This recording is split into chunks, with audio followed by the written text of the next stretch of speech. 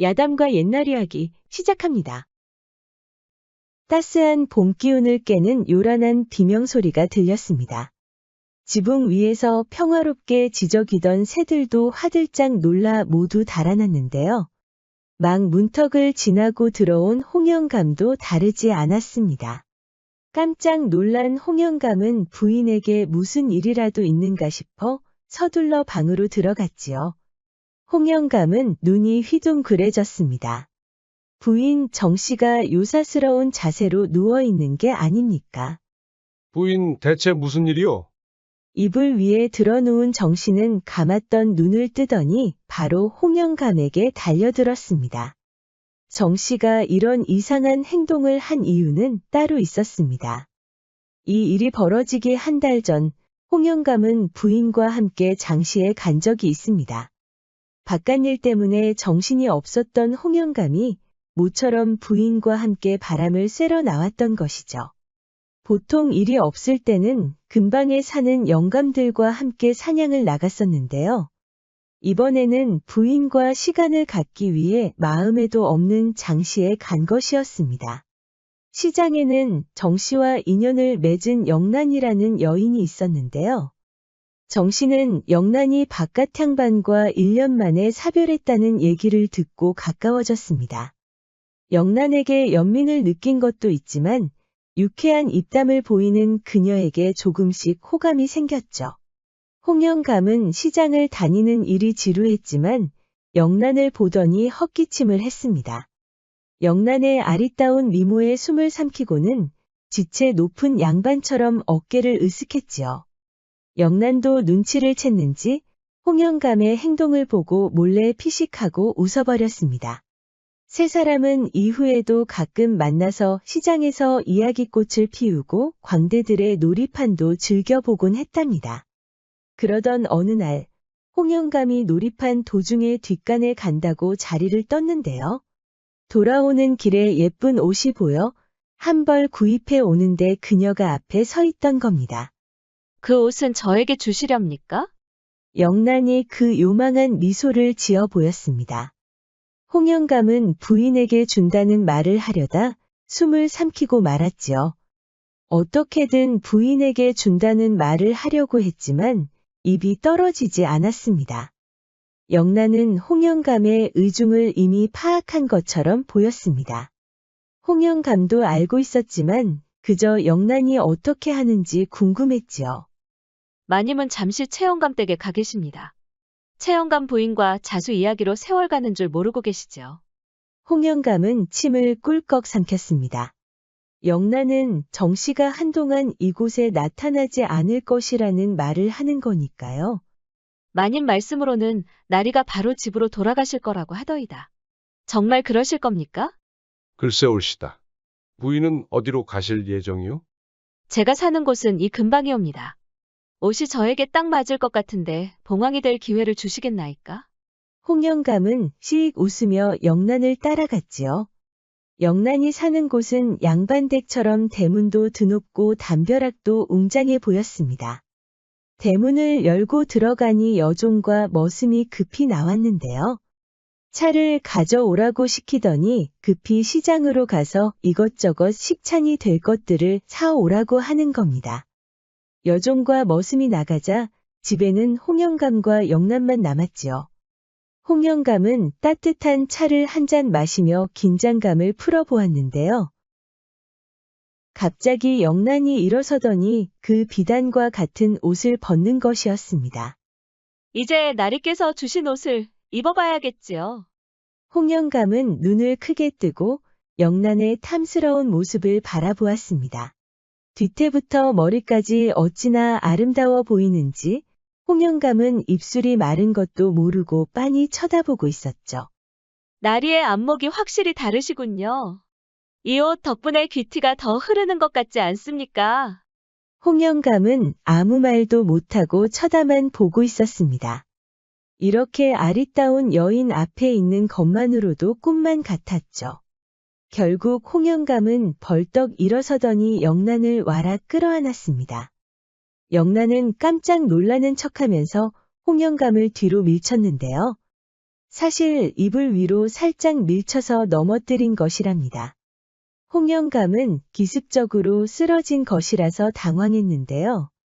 빳빳하게 일어선 것 때문에 얼굴이 금방 붉어졌지요. 영란의 표정이 그것을 탐하는 여인처럼 돌변하더니 맹렬하게 달려들었습니다. 그때 영란은 당황했습니다. 홍영감의 물건이 생각보다 더 컸던 겁니다. 날이 어찌 이렇게 실하시옵니까? 이렇게 실한 건 난생 처음이옵니다. 홍영감도 난감했습니다. 그동안 너무 고개를 숙이고 살아서 부인과 잠자리도 제대로 못하고 있었지요. 그런데 영란을 보고 용기가 다시 생겼나 봅니다. 나 역시 당황스럽기는 마찬가지요. 이게 다 부인의 안목 덕분 아니겠소. 말이 끝나자 영란은 다시 한번 맹렬히 달려들었습니다.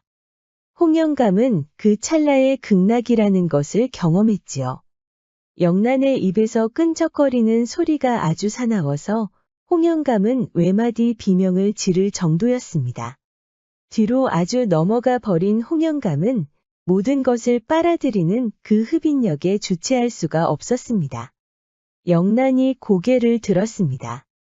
아주 맹랑하게만 보였던 그녀의 얼굴이 백치미를 바라자 홍영감도 이제 모든 것을 내려놓았지요. 뒤태를 눈앞에 둔 홍영감도 용기를 내어 맹렬히 달려들었습니다. 영란의 신음이 통곡에 가까워지자 홍영감도 조금씩 불안해지기 시작했습니다. 시장에 갔다던 머슴과 여종도 올 것 같아서 바깥 분위기에 관심을 좀 가져보려고 했지만 짜릿한 전율 때문에 쉽지 않았지요.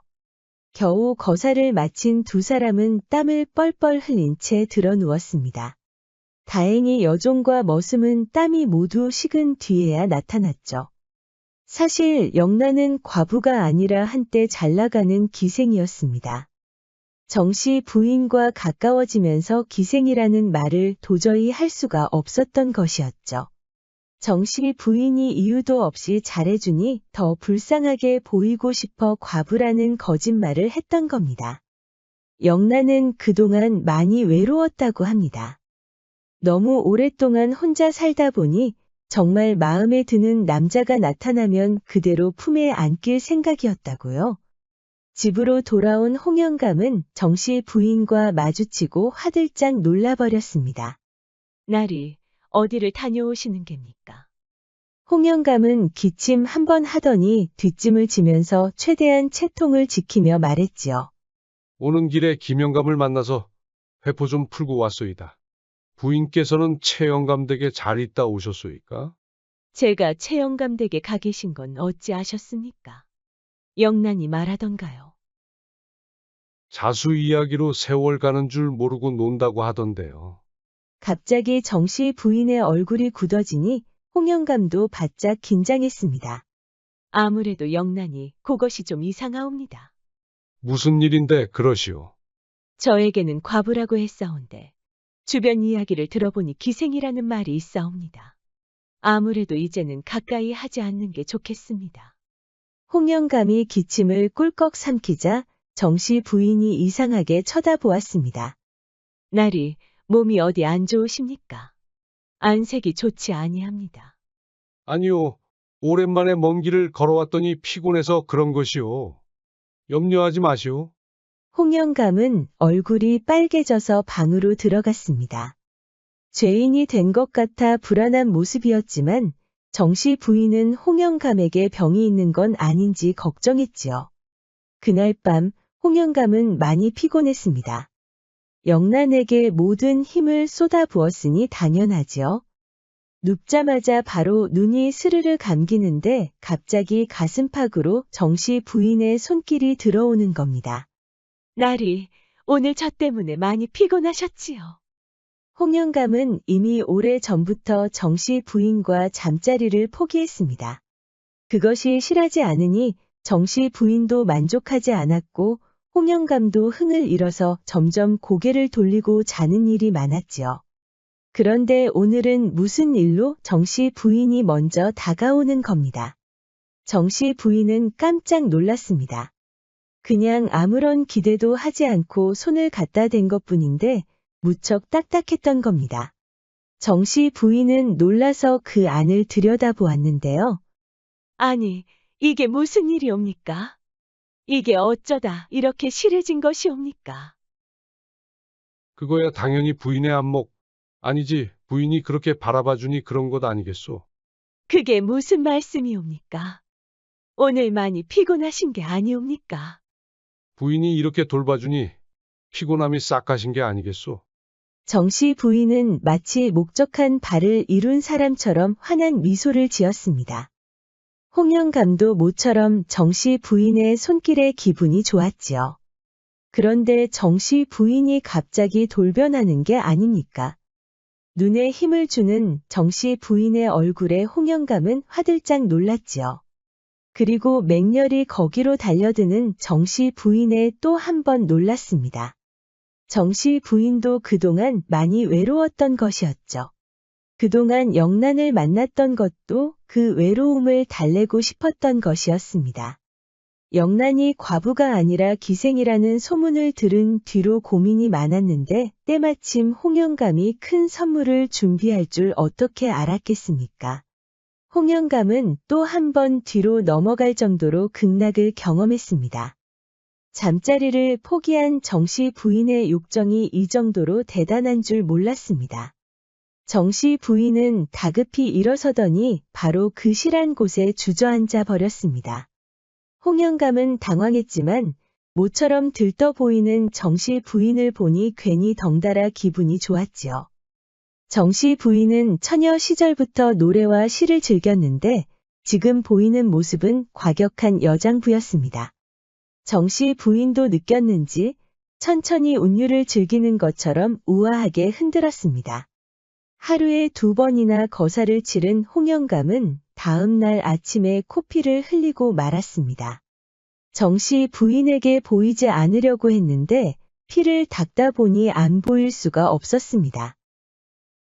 정씨 부인은 갑자기 무리해서 코피까지 흘린 것으로 생각했지요. 그래서 그 이후부터 정씨 부인은 한약을 다려서 바쳤습니다. 홍영감은 미안한 마음이 들었지만 그 한약의 효과 덕분에 영란과 정씨 부인을 감당할 수가 있었답니다. 그러던 어느 날 정씨 부인이 여종들을 데리고 다듬이질을 하고 있는데 머슴 억새의 시선이 이상한 곳을 향하고 있었습니다.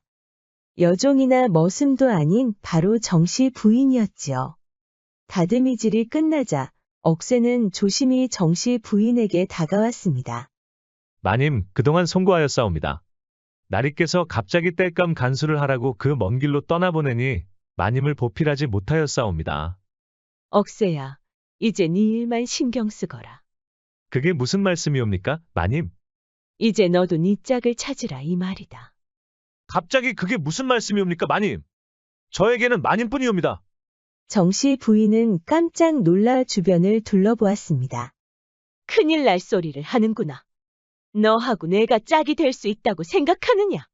갑자기 왜 그러시옵니까, 마님? 지난 밤에 있었던 일을 어찌 잊겠사옵니까? 정씨는 정색하며 다시 다그쳤는데 억새에게는 충격이었습니다.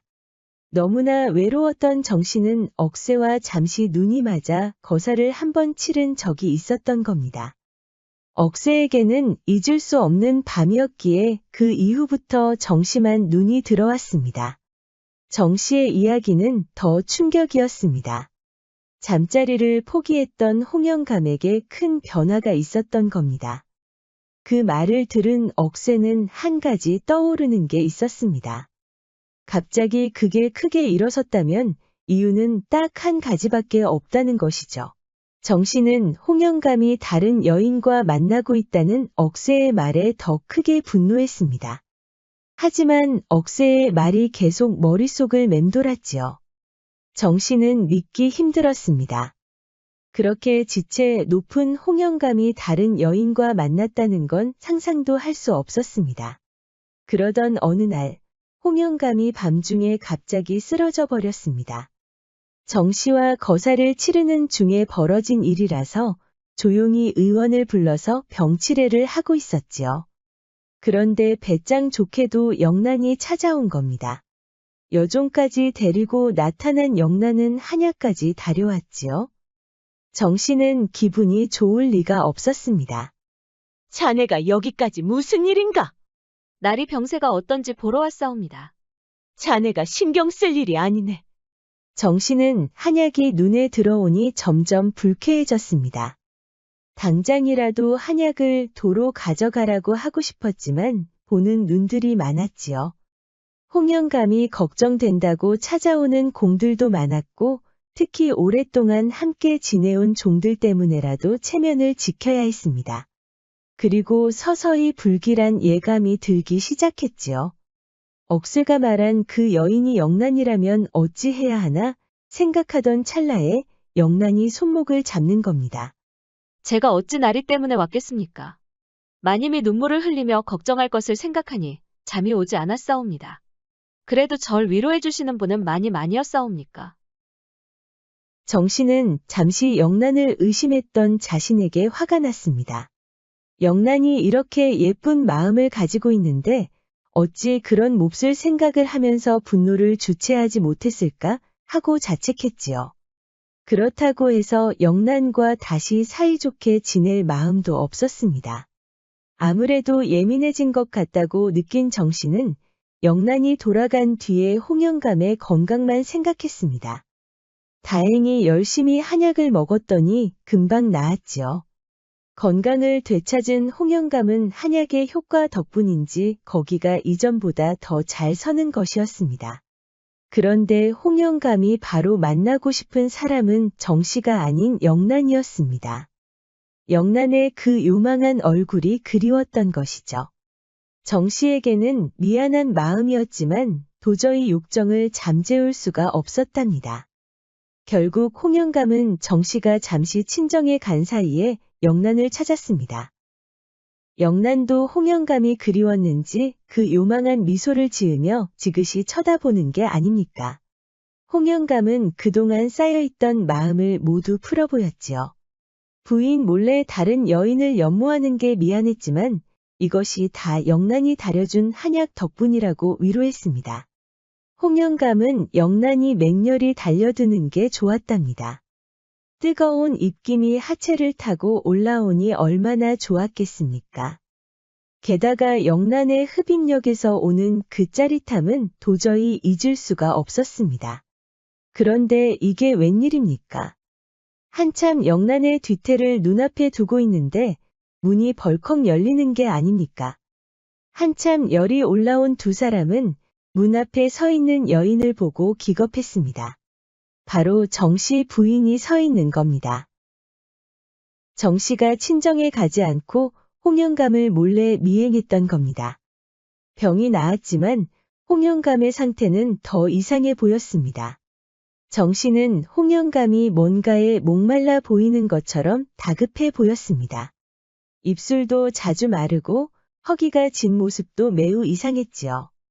의원은 병이 나으니 기운이 갑자기 세진 것이라고 설명했지만 의심스러운 행동은 계속됐습니다. 결국 의원은 쌓였던 욕정이 폭발한 것이라고 이실직고하였습니다. 정 씨는 의원에게 설명을 듣고는 화를 주체할 수가 없었지요. 그 연정의 상대가 영란이라는 것은 직감적으로 알았습니다. 이후에 홍영감은 100번 사죄하고 무릎도 꿇었지만 정 씨의 마음을 돌리기는 힘들었습니다.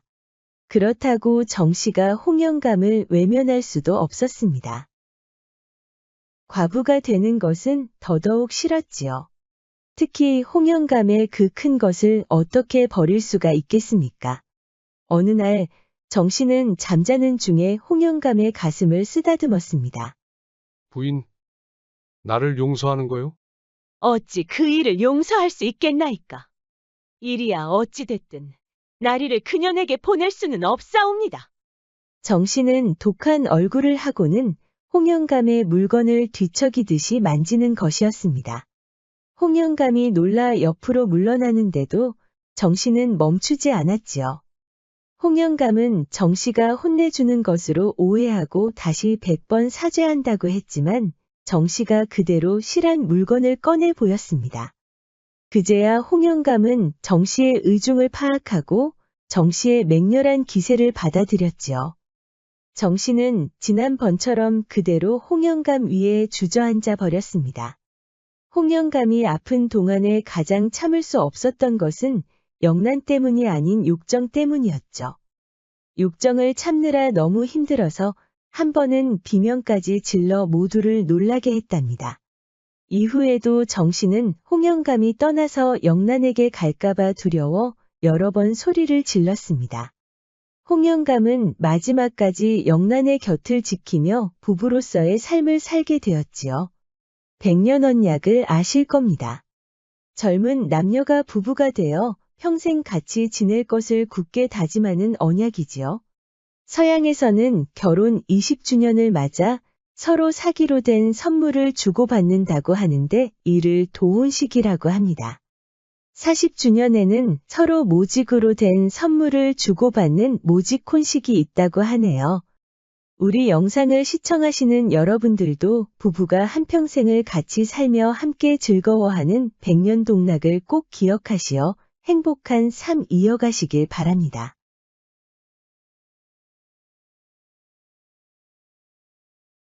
옛날에 오씨라는 가난한 선비가 살고 있었습니다. 워낙 가난해서 머슴 일까지 도맡아 하며 살고 있었죠. 어느 날 집신을 신고 주막을 찾았는데 한 소년이 그 신을 신고 한양으로 가면 백금은 받겠다며 놀렸답니다. 선비는 더는 참을 수 없어 한양에 가기로 마음먹었습니다. 집신 외에는 팔 것도 없어서 자존심이 상했지만 소년의 놀림에 자극을 받은 셈이었죠. 오씨는 남은 집신들을 가지고 한양의 유명한 시장을 찾았습니다. 며칠 동안 집신들을 내걸고 팔아보았지만 예상대로 한 짝도 팔지 못했습니다. 게다가 오씨는 그동안 학문만 닦으며 살았던 터라 행상에 대해서는 문외한이나 마찬가지였습니다.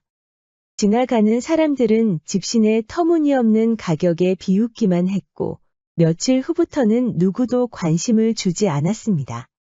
그때 용모가 아주 어여쁜 여인이 지나가고 있었습니다. 양반댁 따님으로 보이지 않았지만 재산가의 여종 정도는 되어 보였지요. 처음에는 오씨 옆을 아무런 말도 하지 않고 지나갔는데 며칠 동안 집신만 내걸고 앉아있는 모습이 이상하게 보였습니다. 가격도 아주 터무니없어서 지나가는 사람들이 비웃고 욕을 하고 있었죠.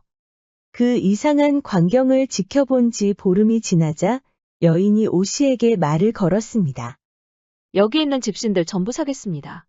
모두 얼마죠? 오씨는 전부 사겠다는 말을 잘못 알아듣고 집신 한 짝 가격만 불렀습니다. 제가 몽땅 살 테니 저를 따라오시지요. 그제야 오씨는 깜짝 놀라고 뒤로 나자빠졌습니다. 이 집신들을 전부 산다는 말이요? 그렇사옵니다.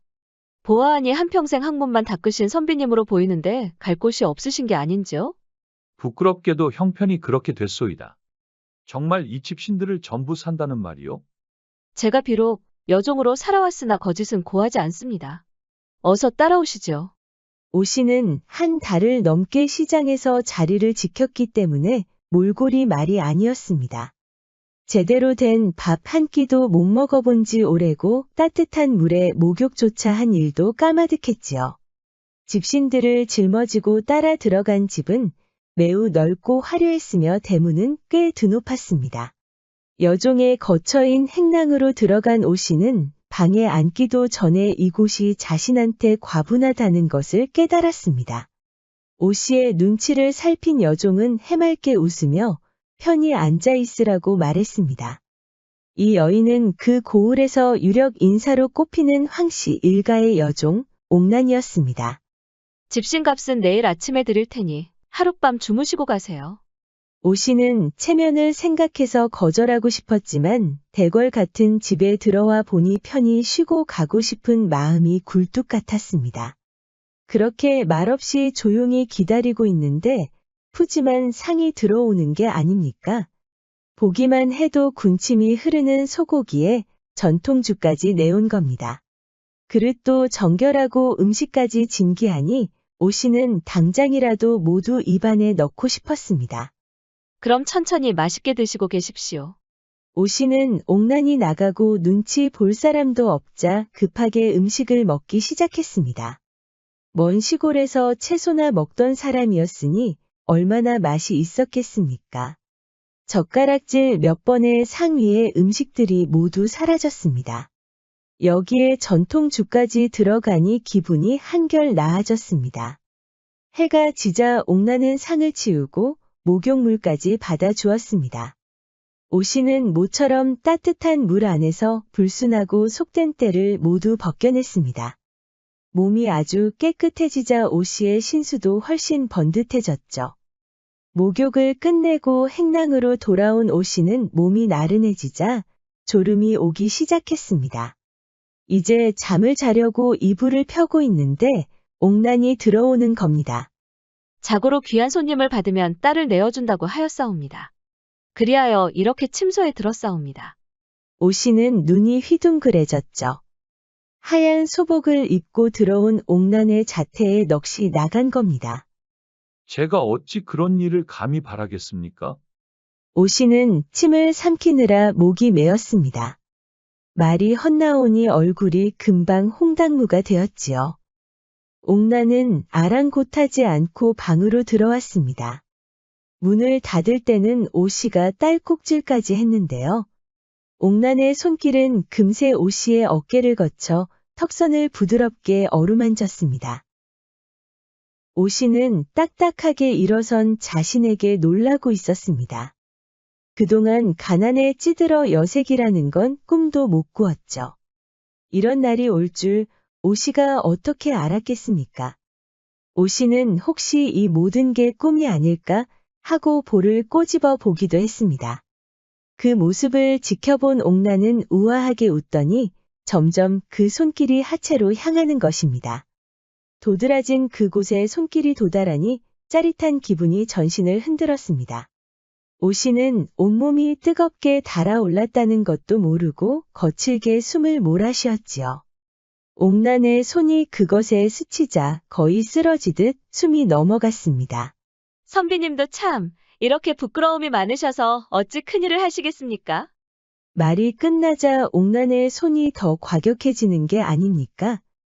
그녀의 손길이 절구질로 바뀌는 순간 오씨는 바로 드러누워 버렸죠.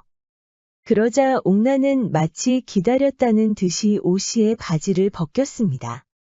부끄러울 일도 이제 없지만 뜨거운 온기가 밖으로 빠져나가는 것을 느끼자 오씨는 숨을 삼키고 옆으로 누우려고 했지요. 옥난이 옥이라도 부리는 걸까요? 오씨의 몸을 억지로 똑바로 하더니 그 거친 손길을 멈추지 않았습니다. 하체에서 야릇한 소리가 계속해서 들리자 오씨는 참을 수가 없어 크게 신음을 내버렸지요.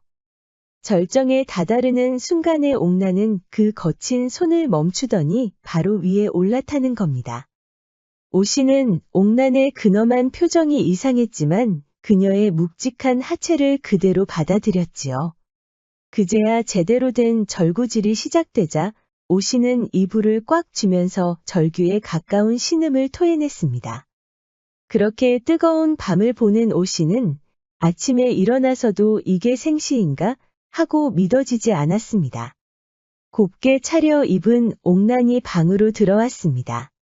농에서 꺼낸 새 옷을 갈아입은 오씨는 몰라보게 풍모가 당당해졌습니다. 저는 이 집에서 신부로 많은 여종이옵니다. 선비님은 이제 제 낭군님이 되셨으니 대감님께 인사를 올리시지요. 절대 뜰 아래에서는 절하지 마시옵소서. 오씨는 고개를 갸웃했습니다. 어찌 그렇습니까? 이제 와서 하는 말이라 부끄럽습니다만 이렇게 대궐 같은 집에 대감님께 결례는 아닌지요? 항문을 갈고 닦으신 선비님이 아니십니까? 향족으로 보여야 하오니 이번에는 제 말대로 해주십시오. 향족이라 하였소? 그럼 저보고 대감 면전을 두고 기만이라도 하라는 거요? 저에게 다 생각이 있사오니 이번만큼은 제 얘기대로 해주시면 안 되겠습니까? 오씨는 이상했지만 이 집에 다시는 머물 것 같지는 않아서 시키는 대로 하기로 했습니다. 대감은 딱 봐도 기계가 있어 보였지만 오씨는 주눅들지 않고 당당히 대청으로 올라갔습니다. 시중 들던 머슴들은 깜짝 놀라 오씨를 끌어내리려고 했지요. 그 앞에는 옥난이 큰 각오라도 한 사람처럼 쳐다보고 있었습니다. 양옆에서 끌어내리려는 압박이 심했지만 오씨는 끝까지 버틸 심산이었죠. 무섭게 노려보던 대감은 갑자기 호탕하게 웃었습니다. 옥난이 아주 믿음직스러운 신랑감을 골랐구나. 보아하니 학문 좀 아는 양반인 것 같은데 여종의 남편을 뭐라고 하는 줄 아시오? 비부쟁이라고 하오. 비록 시골이었지만 대대로 양반댁에 있었던 향족이니 절대 뜰 아래에서 절할 수 없소이다.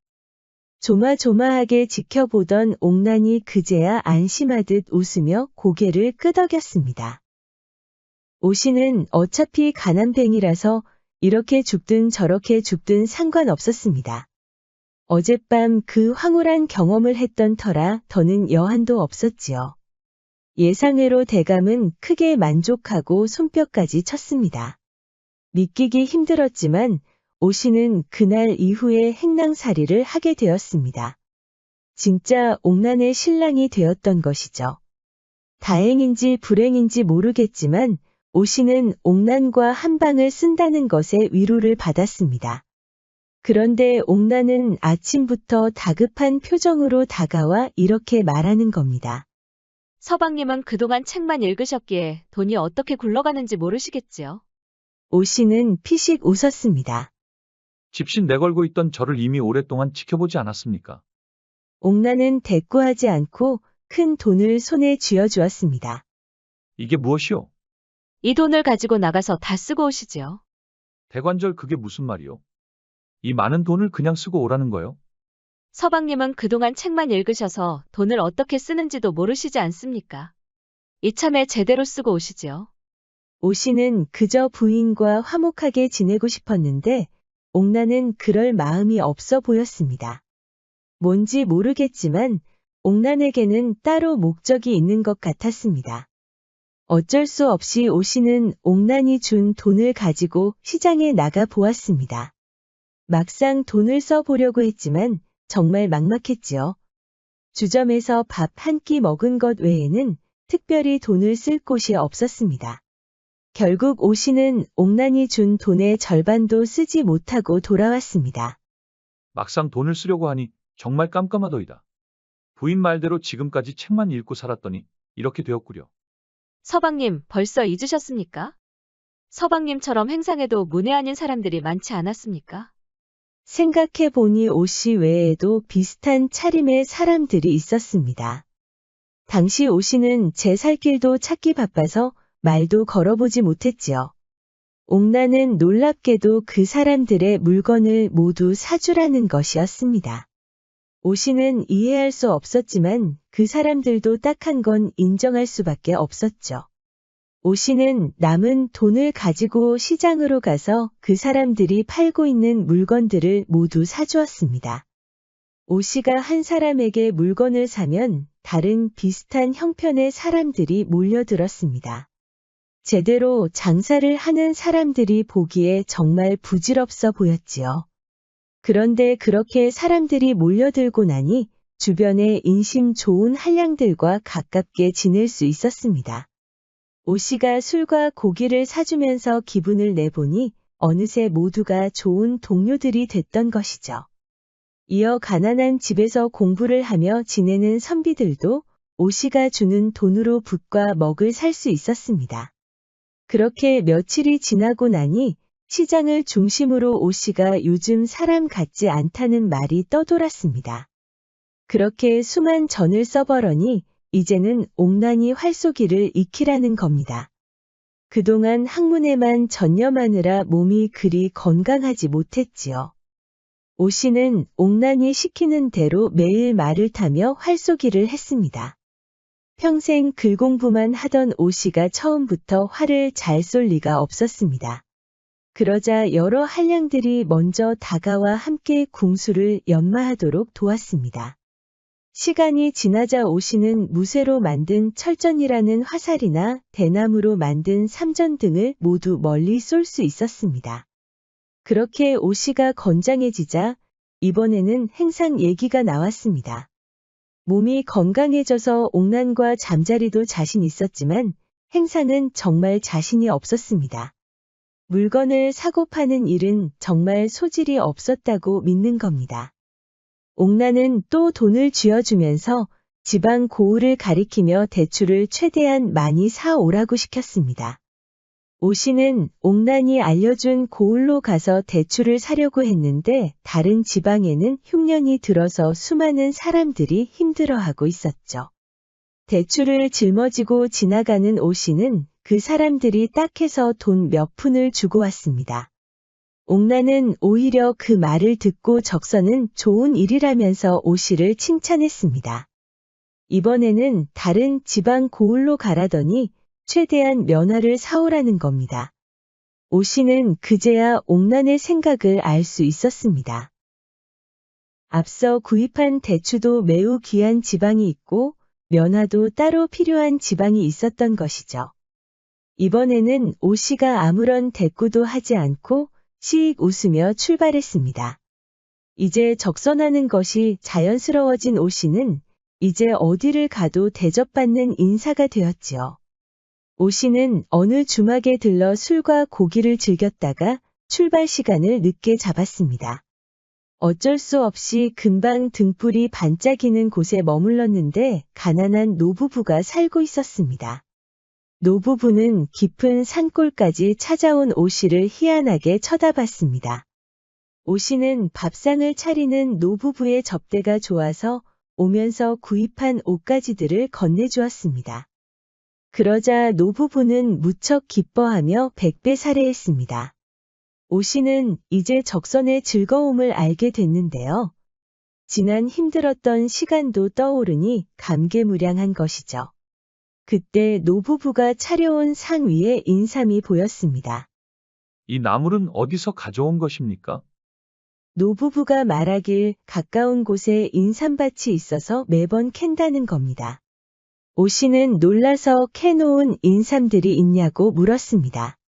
노부부를 따라간 곳에는 인삼 수십 단이 보였습니다. 가장 큰 것은 발목보다 컸는데 가장 작은 것은 손가락 크기였습니다. 놀란 오씨는 이 인삼들을 전부 사겠다고 말했습니다.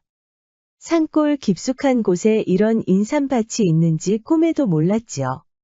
여기에 노부부의 젊은 아들이 인삼들을 짊어지고 가는데 도움을 주었습니다. 인삼을 가져오자 옥난은 크게 기뻐했습니다. 예상치 못한 수확 덕분에 뛸 듯이 기뻐했지요. 옥난은 아침에 일어나자마자 오씨에게 좋은 옷을 입히고 대감을 만날 준비를 하고 있었습니다. 대감은 아주 굵은 인삼 5뿌리를 보더니 눈이 휘둥그레졌습니다. 아니, 어디서 이런 귀한 것을 얻었단 말인가? 쇳내 지아비가 행상을 나갔다가 얻어왔다기에 이렇게 대감님께 바치옵니다. 대감은 크게 기뻐하여 오씨를 불렀습니다. 오씨의 옷은 햇빛에 비쳐 눈이 부실 정도로 아름다웠습니다. 아니, 그 옷은 또 무엇인고? 소인이 차곡차곡 쌓아둔 면화로 준비한 것이옵니다. 어느 지방에서는 면화가 아주 귀해서 부르는 것이 값이옵니다. 신수가 아주 훤하구나. 이후 대감에게 더 기쁜 일이 있었습니다. 여러 공이 대감의 집을 찾았는데 인삼들을 보고 매우 부러워했던 겁니다. 대감 혼자만 인삼들을 맛볼 수 있냐면서 하나같이 한 뿌리씩 달라고 성화였지요. 그때 대감은 오씨를 소개하고 싶어서 일부러 자리에 같이 하라고 했습니다. 오씨는 조그만 성의를 표한다면서 인삼 3뿌리씩 나눠줬습니다. 공들이 오씨를 궁금해하자 대감은 여종의 남편이라고 소개했습니다. 신부는 향족이자 무과 출신이라는 말에 공들은 일제히 고개를 끄덕였습니다. 그렇게 기분 좋은 날이 끝나가는데 옥난의 분위기가 이상했습니다. 오씨는 옥난을 조용히 불러 물어보았습니다. 서방님도 이미 눈치를 채셨겠지만 저는 대감의 강요로 혼례를 올리려고 했습니다. 그동안 아버지와 어머니께도 신랑은 제가 직접 고르겠다고 했습니다. 종이라는 신분 때문에 제가 원하지도 않는 혼례를 올리고 싶지 않았습니다. 대감은 근방에 사는 양반댁에 아무 머슴을 소개했지요. 저는 차마 거부할 수 없어서 이미 혼례를 약속한 사람이 있다고 거짓을 고했습니다. 그분이 바로 서방님이옵니다. 처음에는 서방님에게 솔직히 고하고 혼례는 없는 일로 하려고 했으나 서방님의 그 미소가 잊혀지지 않더이다. 적선하고 온 서방님은 이 세상을 모두 가진 것처럼 행복해 보였습니다. 힘들었던 시절을 기억하시어 큰 뜻을 품으시는 것 같아 정말 보기가 좋았습니다. 설명을 듣던 오 씨는 고개를 끄덕였습니다. 역시 보통 여인이 아니었구려. 아무리 종이라고 하나 큰 돈을 쥐어주며 그런 일을 벌인다는 건 쉬운 일이 아니지요. 이미 부인의 뜻을 헤아리고 그대로 행하였는데 지금은 부인 말대로 너무나 행복하구려. 오 씨는 천천히 다가와 옥란의 손을 잡았습니다.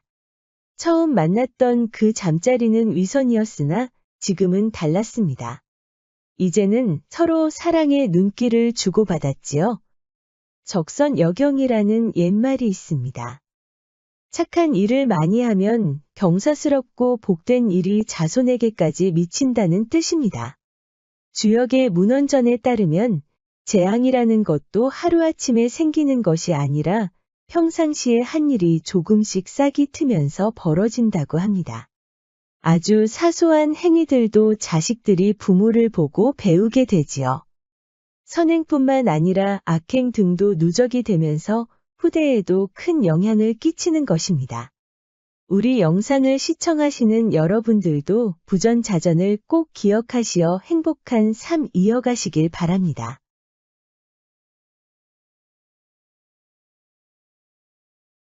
옛날 한 고을에 고독한 남자 김도령이 살고 있었습니다. 비록 가난해서 머슴도 없었지만 입에 풀칠할 정도로 살아가고 있었죠. 언젠가는 꼭 과거에 급제하겠다는 꿈을 안고 살아가는 김도령은 유일한 낙이 바로 여색 가득한 내용의 책이었습니다. 과거를 준비 중인 다른 학도들은 글 공부에 지칠 때면 산책을 다니며 좋은 공기를 한껏 마시는데요. 김도령은 방에서 나오지 않고 책에 푹 빠져 있었죠. 근방에 사는 동료들은 당연히 김도령이 글 공부에 여념이 없다고 믿었습니다. 몇몇 동료들은 김도령이 여색 내용이 가득한 책을 읽는 것도 모르고 경쟁심에 산책 시간도 줄이고 공부를 열심히 했죠. 그러던 어느 날 김도령은 우연히 시장에서 얻은 책에 눈이 휘둥그레졌습니다. 모든 사람들의 부러움을 받으며 사는 재상이 근처에 사는 젊은 과부와 눈이 맞아 사랑한다는 내용이었습니다. 정절을 지키는 여인들에게는 가당치도 않은 내용이었지만 과부의 요사스러운 행동에 시간 가는 줄 모르고 읽었답니다. 김도령의 눈에 들어온 건 다름 아닌 과부의 그림이었는데요. 워낙 사실적으로 그려진 그림이라서 김도령은 잠을 자면서도 스스로 형상을 하면서 황홀한 기분에 빠졌지요. 하지만 우리 고독한 남자 김도령은 성욕을 채울 방법이 없었습니다. 그동안 야한 글에만 심취해 살아가고 있었는데 이 젊은 과부의 이야기가 욕구 불만을 제대로 건드린 것이지요. 그러던 어느 날에 김도령은 잠이 오지 않아 이 요망한 책을 다시 펼쳐 보였습니다. 내용은 필요 없고 그 과부의 그림을 보려고 한 것이었죠. 김도령은 마치 그 과부와 사랑이라도 나누는 것처럼 남사스러운 상상을 하고 말았습니다. 김도령이 그림 속으로 들어가 과부와 손을 잡고 정답게 이야기를 나누는 것이었습니다. 상상만 해도 좋았는지 김도령은 그저 해해하고 웃고 있었지요. 다음 날 아침에 김도령은 후회 막심했습니다. 명색의 과거의 급제의 재상이 될 자가 이게 무슨 추태란 말인가. 김도령은 다시 마음을 가다듬고 글 공부에 전념했지요. 하지만 반나절도 가지 않아 과부의 얼굴이 계속 눈앞에 아른거리는 겁니다. 어쩔 수 없이 머리를 식힐 겸 다시 그 책을 펼쳤는데요.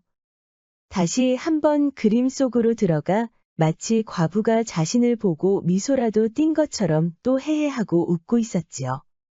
이를 끝낸 김도령은 다시 자책하는데 소피가 마려워 밖으로 나왔습니다. 요강에다 보려고 했지만 이상하게 그 젊은 과부가 지켜보는 것 같아 부끄러웠지요. 그동안 그림 속에서 연인이 된 것처럼 굴었으니 당연히 창피했겠지요. 그래도 그냥 밖에서 보려고 했지만 날씨가 춥기도 했고 깜깜해서 무서웠습니다. 결국 김도령은 부엌으로 달려가 이를 봤는데요. 부엌이 따뜻하기도 했고 어릴 적에 무서워서 부모님 몰래 부엌에서 볼일을 본 것도 생각이 났지요. 어느새 그런 날이 계속되고 있었던 겁니다. 김도령도 부끄러운 일이었지만 젊은 과부의 그림을 보고 그 민망한 상상을 한 뒤에 부엌으로 조르르 달려가는 것이죠. 그런데 김도령의 이 우스꽝스러운 행동을 지켜본 사람이 있었습니다. 바로 근방에 사는 홍란이라는 아낙네였는데요. 홍란은 근처에 사는 여인들 몇 명만 알고 지낼 정도로 밖에 잘 나오지 않았습니다. 홍란이 주막에서 음식을 구해서 오는 길에 김도령이 부엌으로 들어가는 것을 본 겁니다. 바깥 양반이 동지죽을 사오라고 한 것을 깜빡 잊었다가 밤늦게 돌아오고 있었죠. 안 그래도 무료하게 살아가던 홍란은 호기심이 생겼습니다. 다음에도 밤늦게 주막에 간 홍란은 일부러 김도령이 사는 집 주변을 지나갔습니다. 예상대로 늦은 밤에 자꾸 부엌을 드나드는 것이 이상했습니다. 그래서 홍란은 아예 미리 부엌 뒤에 숨어 있다가 김도령의 남사스러운 행동을 모두 지켜봤습니다. 홍란은 숨을 죽이고 김도령의 방 안에서 무슨 일이 벌어지고 있는지 훔쳐보았죠. 집에 돌아온 홍란은 웃음이 그치지 않았습니다. 과거 준비를 하는 학도 중에 저렇게 순진한 아이가 있었다는 게 놀라웠죠. 홍란은 이 순진무구한 남자를 어떻게 혼내줄지 고민했습니다. 평소에 누구와 긴 대화도 하지 않아서 상의할 아낙네들도 없었지요. 그때 홍란은 어릴 적 읽었던 동화를 기억했습니다. 부엌에 있으면서 모든 기륭을 판단하는 신이 있다는 것을 혹시 아시나요? 조왕신은 부엌을 맡는 신으로 불립니다. 홍란은 재밌는 꾀를 냈습니다. 다음 날 아침에 홍란은 바로 시장에 가서 여우 가면을 구했습니다. 여우에 진짜 꼬리는 없다고 해서 박제로 된 것들을 몇 개 모아왔지요.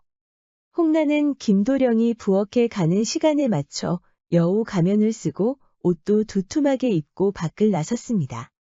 그리고 김도령이 들어오기 전에 미리 부엌 안에서 대기하고 있었죠. 오늘도 김도령은 책 속의 과부 그림을 보고 그 민망한 상상을 해버렸습니다. 부엌으로 또 조르르 달려오고는 일을 치르고 있었는데요. 홍란이 여우 가면을 쓰고 꼬리를 밑으로 몇 개 밖으로 내놓고 기다리고 있었습니다. 순진한 김도령은 과부 그림만 생각하느라 홍란이 지켜보고 있는 것도 모르고 있었습니다. 오늘은 아예 그 과부 그림이 그려진 책을 들고 부엌에 들어왔습니다. 그렇게 정신이 빠져 있는데 홍란의 발소리에 움찔했습니다.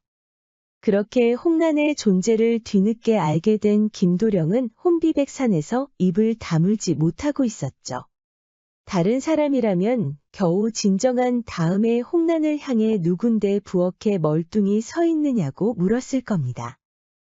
홍란은 기다렸다는 듯이 최대한 다른 여인의 목소리를 내기 위해 애썼습니다. 이런 몹쓸 놈을 보았는가? 감히 조왕신을 노하게 하다니. 돌처럼 굳어버린 김도령은 그제야 발이 움직여지면서 뒤로 물러섰는데요.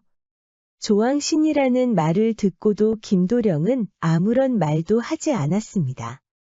부엌을 지키면서 모든 기륭을 판단하는 조왕신을 모르느냐? 조왕신이 노하여 산신령께 고하였나니 내가 직접 너를 벌하러 왔노라. 조왕신은 이해했는데 여우가 갑자기 왜 나왔는지 모르겠지만 김도령은 여전히 너무 놀라서 아무런 대꾸도 하지 못하고 있었습니다. 놀랍게도 김도령의 이 우스꽝스러운 이야기를 산신령이 전해 들었다는 겁니다.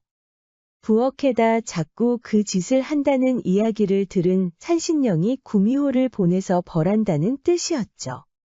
그런데 이게 무슨 일입니까? 아무 말도 안 하던 김도령이 갑자기 헛기침을 한번 하고는 뒷짐을 지고 태연하게 바라보는 게 아닙니까? 놀래려고 왔던 홍란이 되려 놀란 꼴이 돼버렸죠. 홍란은 의아해서 계속 쳐다만 봤는데 김도령이 제법 큰 소리로 이렇게 말하는 겁니다. 나도 집에서 이렇게 추운데 여우님은 산에서 얼마나 추우실까? 김도령은 처음과 달리 태연해 보였습니다. 아니, 태연한 척 행동한 것이었죠. 어릴 적부터 짐승들은 놀라거나 겁을 먹는 사람들한테 먼저 덤벼든다는 얘기를 기억한 겁니다. 그러면서 평소에 하는 행동을 그대로 한 것이었죠. 바로 앞에 여우가 있지만 그저 불쌍한 짐승이 지나가는 것처럼 행동한 겁니다. 홍란은 여우 가면 덕분에 놀란 표정을 숨길 수 있어 참 다행스러웠습니다. 김도령은 속으로 벌벌 떨다가 하던 일을 빨리 멈추고 방으로 들어갔습니다. 집으로 돌아온 홍란은 웃음이 그치지 않았습니다. 처음에는 그저 귀여운 남정네로 보였는데 이제는 꽤 똘똘해 보였던 겁니다. 홍란은 다시 꾀를 냈습니다. 무서워서 도망치는 꼴을 보고 싶었는데 이제는 그 남정네와 재밌게 놀고 싶었던 것이죠. 홍란은 바깥 양반이 이를 보러 간 사이에 김도령의 집으로 향했습니다. 이번에는 곱게 차려입고 나갔지요. 모처럼 혼례를 올리기 전에 그 빼어난 미모로 돌아왔습니다. 홍란은 김도령이 부엌으로 가는 시간에 맞춰 집을 찾았습니다. 김도령은 이 시간에 여인이 찾아오니 놀랄 수밖에 없었습니다. 며칠 전에 이 부엌에서 여우를 보시지 않았습니까? 김도령은 또 한 번 놀랐습니다. 그것을 어찌 아십니까? 홍란은 여유롭게 미소를 지었습니다. 저는 그 여우가 보낸 처자입니다. 추위를 걱정해주는 그대의 마음에 감복해 저를 보낸 것이지요. 김도령은 믿기 힘들었지만 여우가 보냈다는 말을 그대로 믿어버렸습니다. 조왕신 얘기를 듣고 미리 책에서 읽어본 것입니다. 조왕신과 산신령을 거쳐 구미호까지 왔다는 것을 알게 됐을 때는 다시는 부엌에 가는 일은 없을 것이라고 다짐했습니다. 그런데 여우가 감복해 여인을 보냈다고 한다니 또 한 번 놀랄 수밖에 없었습니다. 홍란은 김도령의 대답은 들을 필요도 없이 방으로 들어왔습니다. 당황한 김도령은 홍란의 뒤를 졸졸 따라갔죠. 먼저 홍란은 밥 한 끼도 제대로 먹지 못하는 김도령을 위해 진수성찬을 차려주었습니다. 이때를 대비해 미리 시장에서 고기와 술까지 준비해 왔지요. 김도령은 얼떨결에 진수성찬을 먹고 술까지 들어가니 기분이 좋아졌답니다. 밤이 다가오자 홍란은 방을 닫고는 지그시 김도령을 바라보았습니다. 홍란의 눈빛과 마주한 김도령은 책 속의 과부 그림이 떠올랐습니다. 넋이 빠져보고 있는데 홍란은 속으로 재밌다며 웃고 있었죠. 홍란의 부드러운 속살이 등불에 비치자 김도령은 침을 꿀꺽 삼켰습니다. 상상하기만 했던 여인의 보드라운 피부가 눈앞에 펼쳐지자 꿈을 꾸는 것 같았습니다. 홍란은 김도령의 양손을 잡고 그대로 가슴 부위로 인도하였습니다. 김도령은 다시 한번 침을 꿀꺽 삼키고는 홍란의 매끄러운 피부를 탐해 보았지요.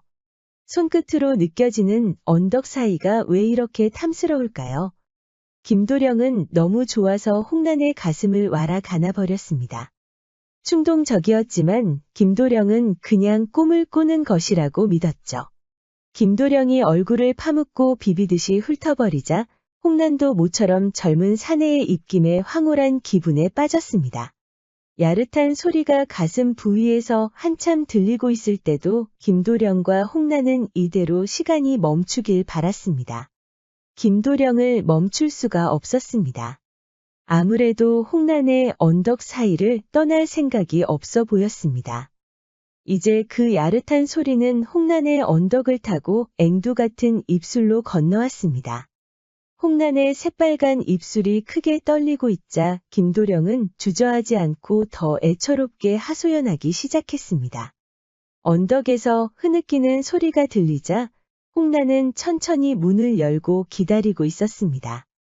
김도령은 이때다 싶었습니다.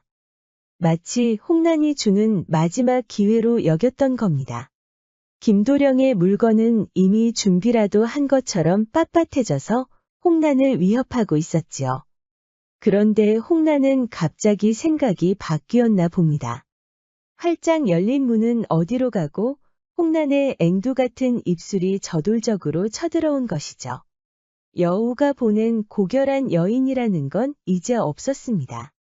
김도령은 홍란의 과격한 움직임에 따라가려고 그대로 드러누워 버렸지요.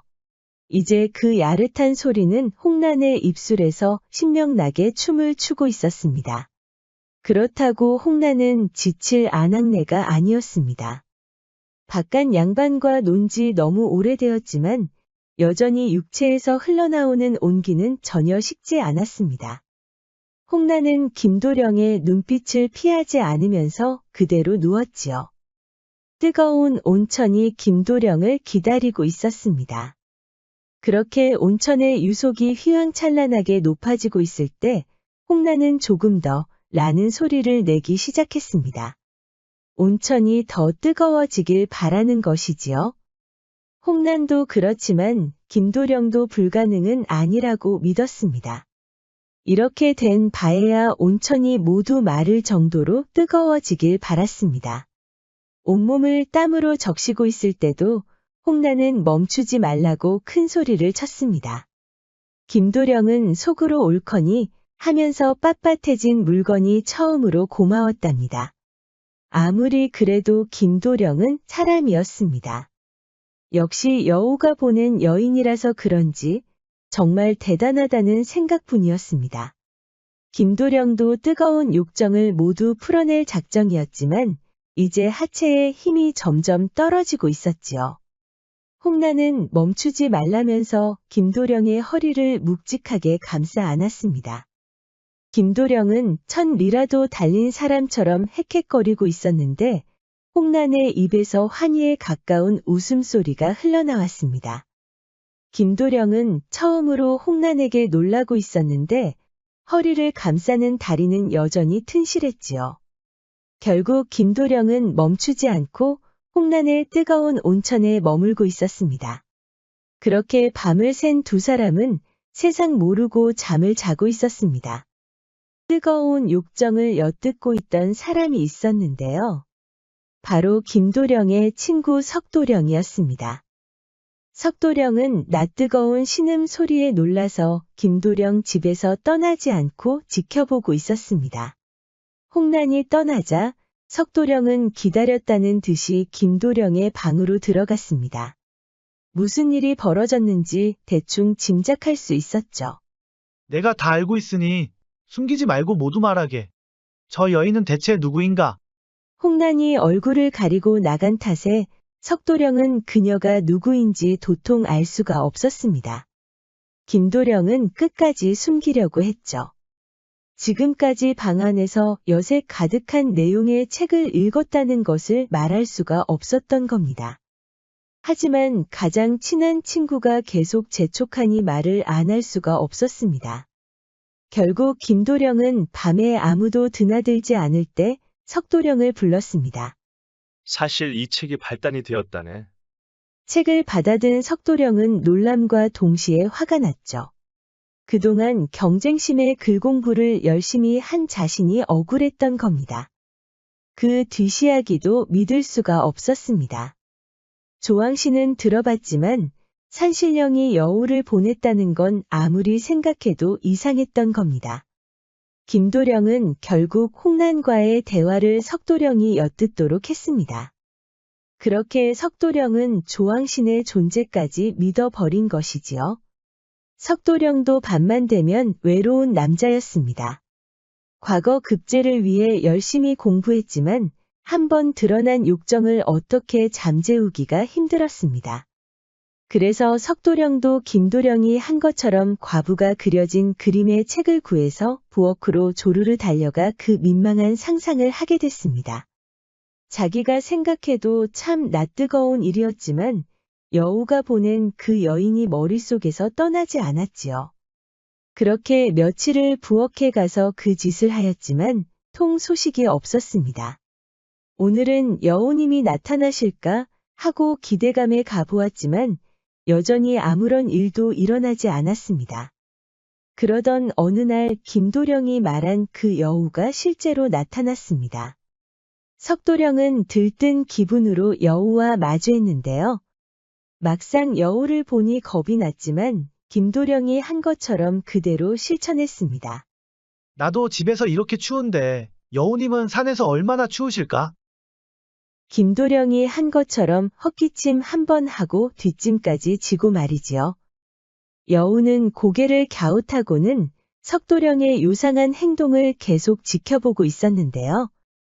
여우가 떠나지 않고 계속 보고 있으니 석도령도 서서히 불길해지기 시작했습니다. 그래서 추위에 벌벌 떨며 방으로 들어왔습니다. 석도령은 이제 여우가 보낸 여인을 기다릴 차례였지요. 그렇게 며칠을 기다렸지만 여인은커녕 쥐새끼 한 마리도 나타나지 않았답니다. 석도령은 이상해서 부엌으로 가봤는데 글쎄 시장에서 어렵게 사온 음식들이 전부 사라진 겁니다. 아니, 그렇다면 그때 온 여우가 진짜 짐승이었단 말인가? 석도령은 갑자기 소름이 끼쳤지요. 얘기를 전해 들은 김도령은 바닥을 치며 웃었습니다.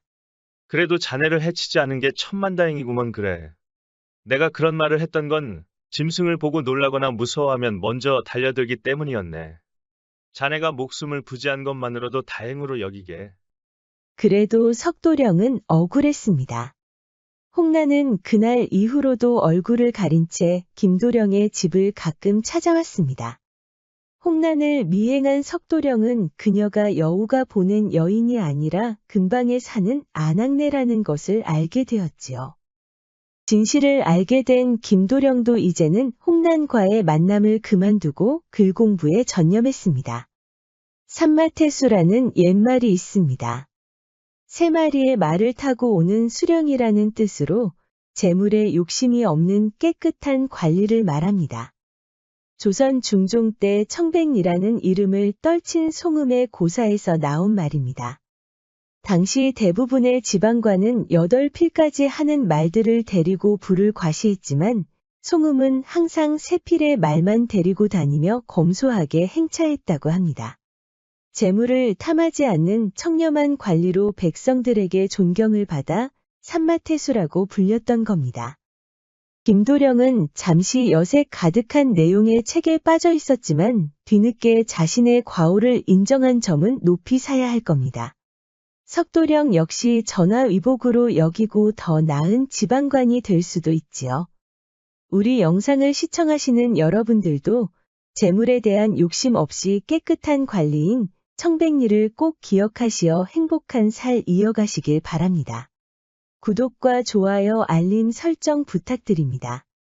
앞으로도 재미있는 이야기가 많으니 다른 영상도 재미있게 봐주세요. 그럼 여러분 모두 오늘도 행복하고 즐거운 시간 보내세요.